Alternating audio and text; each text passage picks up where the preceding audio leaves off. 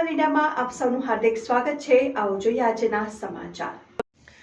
સુરત જિલ્લાના વાવ ખાતે સવારે એક કરુણ ઘટના સામે આવી છે। પોલીસ સબ ઇન્સ્પેક્ટર અને લોકરક્ષક કેડરની ભરતી પરીક્ષા દરમિયાન એક ઉમેદવારનું હાર્ટ એટેકથી મૃત્યુ થયું છે। વાલિયા એસઆરપી દળ જૂથ 10માં પોલીસ કોન્સ્ટેબલ તરીકે ફરજ બજાવતા 36 વર્ષીય સંજય કુમાર રસિકભાઈ ગામિત પીએસઆઈની ભરતી પરીક્ષામાં ઉપસ્થિત થયા હતા। સવારે પ્રથમ બેચમાં 5 કિલોમીટર દોડ દરમિયાન સવારે 4:45 તેઓ 12મા રાઉન્ડમાં દોડતા અચાનક બેભાન થઈને પડી ગયા હતા। ફરજ પરના ડોક્ટર ચિરાગ કટારિયાએ તાત્કાલિક સીપીઆર ઓક્સિજન અને દવાની પ્રાથમિક સારવાર આપી, પરંતુ સ્થિતિ ગંભીર જણાતા 108 એમ્બ્યુલન્સ મારફતે 5:05 દીનબંધુ હોસ્પિટલ ખોલવડ ખસેડવામાં આવ્યા હતા, જ્યાં ડોક્ટરોએ સવારે 5:30 વાગે તેમને મૃત જાહેર કર્યા। પોલીસ વિભાગમાં શોકની લાગણી છવાઈ।